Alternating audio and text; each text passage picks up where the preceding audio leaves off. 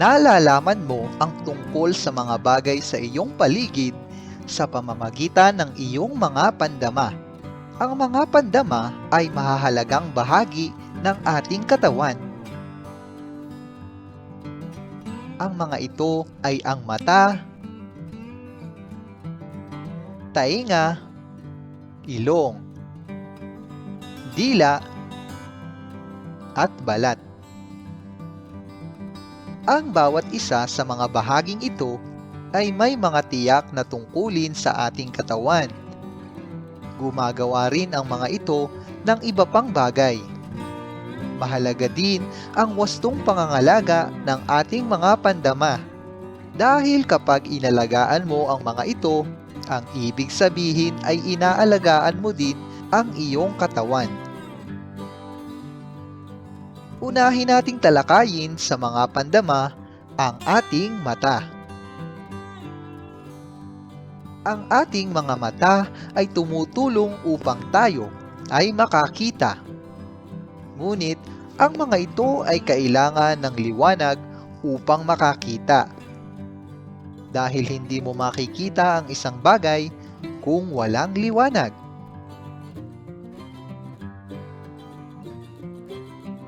Ngayon ay isa-isahin natin ang mga bahagi ng mata at tukuyin ang mga tungkulin ng mga ito. Kung ikaw ay nakapikit at hinawakan mo ang bahagi ng iyong mata, mayroon kang mararamdaman na parang bola. Ang buong bahaging ito ng mata ay tinatawag na eyeballs. Dito ay makikita ang iba't ibang bahagi ng mata na may mahahalagang tungkulin sa ating katawan upang tayo ay makakita. Isa na nga dito ay ang cornea.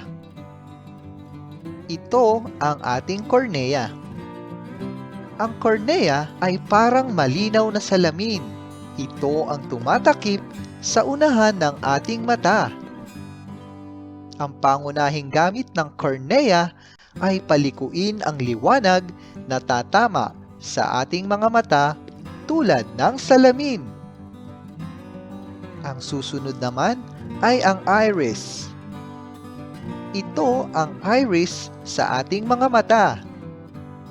Ang iris ang responsable sa pagbibigay ng kulay sa ating mata.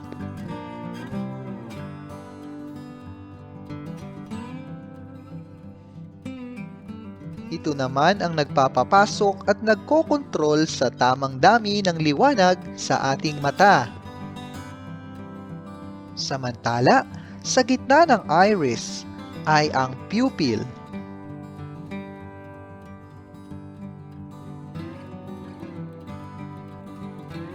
Ito ang pupil sa ating mata. Hugis bilog ito.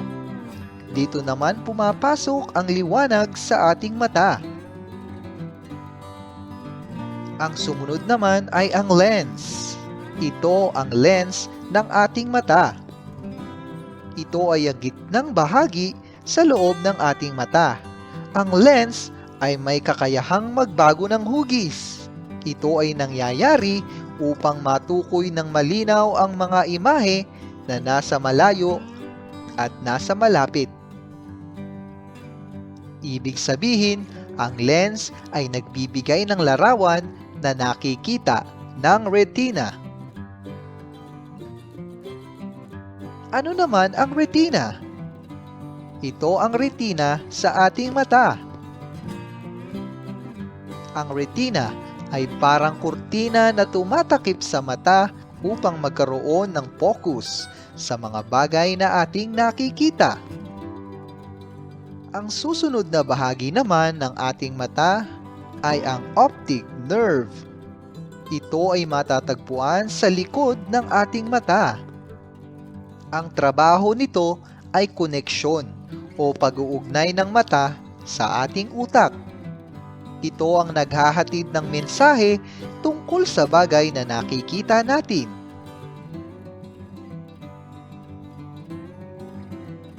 May mga iba pang bahagi ang ating mata na tumutulong para maprotektahan ito sa ating paligid. Ang ilan nga diyan ay ang talukap,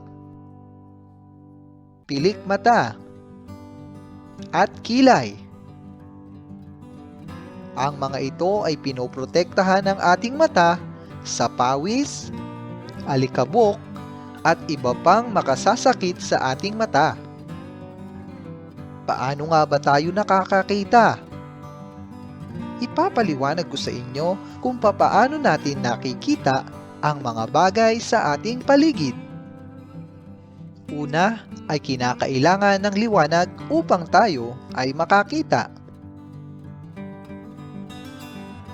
Pag tumingin ka sa isang bagay, ang liwanag ay tatama sa kornea at tatagos ito sa pupil patungo sa lens ng mata. Samantala, ang lens ang magpo-focus sa imahe ng bagay papunta sa retina. Alam mo ba na ang imahe o larawan ng bagay sa ating retina ay inverted o nakabaliktad? Habang ang imahe ay nabubuo, ang optic nerve ay magpapadala ng mensahe sa ating utak at ang utak ang uunawa at magtatama sa baliktad na larawan mula sa retina. Ito ay nangyayari ng sobrang bilis at hindi natin mamamalayan. Ito ay kusang nangyayari dahil ito ang tungkulin ng ating mata. Mahalaga ba para sa iyo ang ating mga mata? Paano na lang kung ito ay mawawala o hindi na gumagana? Paano na kaya natin mapagmamasdan ang mga magagandang tanawin?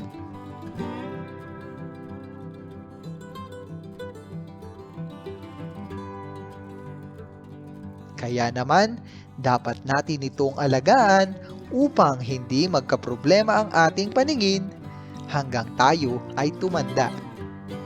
Ngayon ay subukan nating alamin kung papaano nga ba aalagaan ang ating mga mata sa pamamagitan ng isang gawain. Gusto kong sabihin mo ang salitang wasto at hindi wasto sa ating mga mata batay sa kung ano ang larawan na makikita mo. Simulan na natin!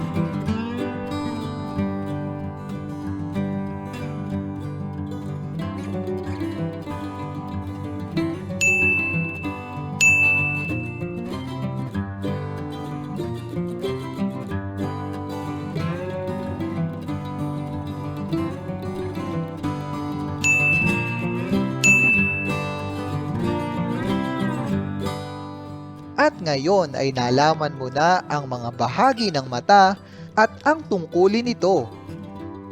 Ganoon din ang ilan sa mga wasto at hindi wastong gawain upang mapangalagaan ang ating mga mata.